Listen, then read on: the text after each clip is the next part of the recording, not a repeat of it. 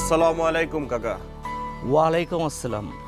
তুমি কে বাবা? তোমাকে তো চিনতে পারলাম না। আমার বাড়িতে কেন আসছো? এটা মিতুদের বাড়ি না? হ্যাঁ, মিতুদের বাড়ি। কিন্তু তুমি কে? আমি মিতুর ফ্রেন্ড, শহর থেকে আসছি। মিতুর বন্ধু? তাও শহরের? তুমি মনে হয় ভুল জায়গায় আসছো।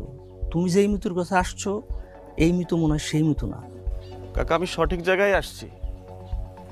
আপনার কনফিউশন থাকলে মিতুকে ডাকতে পারেন, সব ক্লিয়ার হয়ে যাবে। এই ভাই, আপনাকে কাকে একবার বলছেন আপনি ভুল জায়গায় আসছেন, তাও এত কথা বলেন কেন? জানেন এখান থেকে। আমি তো চলেই যাব, থাকার জন্য আসি নাই। মিতুকে একটু ডাকলে ক্লিয়ার হয়ে যাবে। মিতু, এই চুপ করো, নাইলে তোমার গলার স্বর আমি একদম চিরতরে বন্ধ করে দিব। সরি, তুমি কিছু মনে করো না।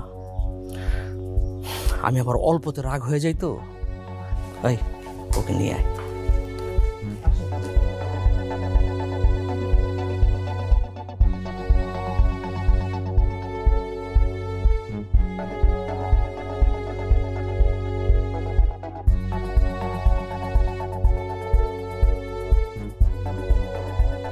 শোনো বাবা, আমি আমার মেয়ে মিতুকে ছোটবেলা থেকে মহিলা মাদ্রাসায় পড়াইছি।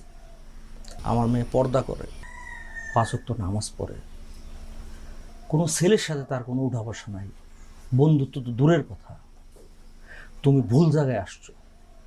তুমি এখান থেকে চলে গেলে আমি খুব খুশি হব। হ্যাঁ ভাই, কাকে একদম ঠিক কথাই কইছে। এই বাড়িতে আমি ছোটবেলার থেকে কাম করি, এখন পর্যন্ত আপামনি চেহারা দেখিনি। কিন্তু আমি তো দেখছি তুমি দেখছো? কিভাবে? ফেসবুকে আমাকে ছবি দিচ্ছে মিতু। কি বুকে? ওই যে কাকা, মোবাইলের একটা বুক আর কি, মানে লোকজনের কাছে শুনছি এখনকার বলা ভাই নাকি এই কাগজের বই থেকে মোবাইলের বই বেশি বল। জি ভাই, আপনি ঠিক কথাই কইছেন।